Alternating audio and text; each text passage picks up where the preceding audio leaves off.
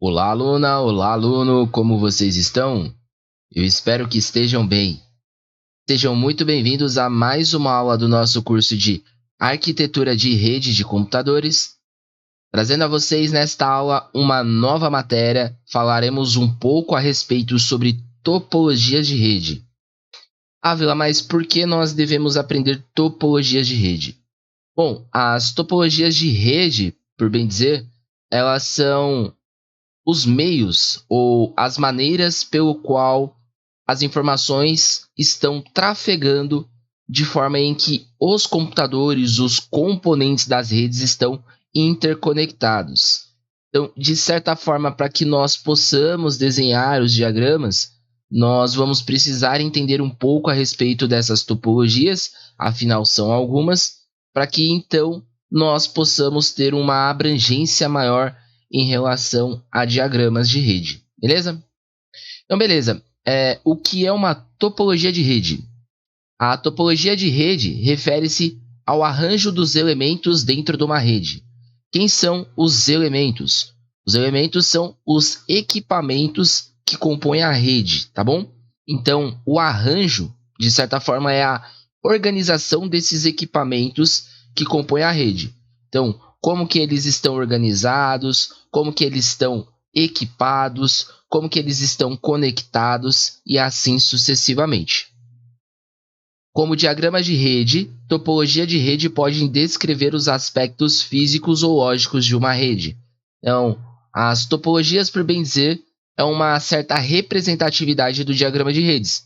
Claro que existem algumas diferenças aqui e são cruciais porque, quando eu estou falando no diagrama de redes e estou fazendo as representações físicas e lógicas, eu estou, de certa forma, fazendo um mapeamento específico de uma determinada localidade de rede, seja ela uma rede particular ou uma rede empresarial, seja ela uma rede de uma casa ou seja ela de uma rede de edifício. Porém, quando eu estou falando na topologia, eu estou falando especificamente num termo genérico. Por quê?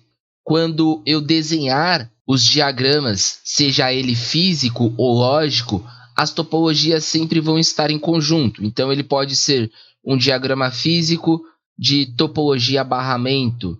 Ele pode ser um tipo físico de topologia em anel. E é o que nós vamos ver aqui, por exemplo. Tá bom?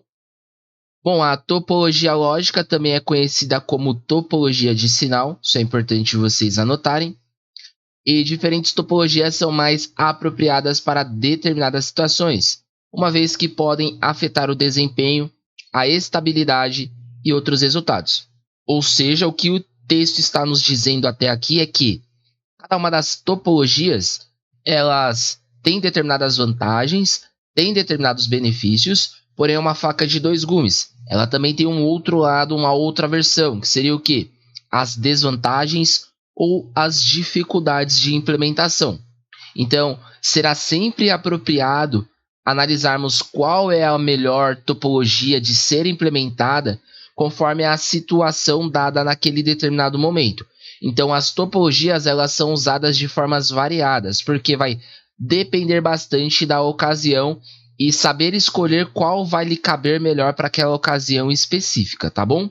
Então, o que nós podemos tirar de resumo desta aula é que as topologias, num contexto geral, elas vão servir, de certa forma, para mostrar como que os equipamentos eles estão organizados dentro de uma rede, como que eles estão alinhados, quais são os tipos de comunicações em que está havendo entre eles, tá bom?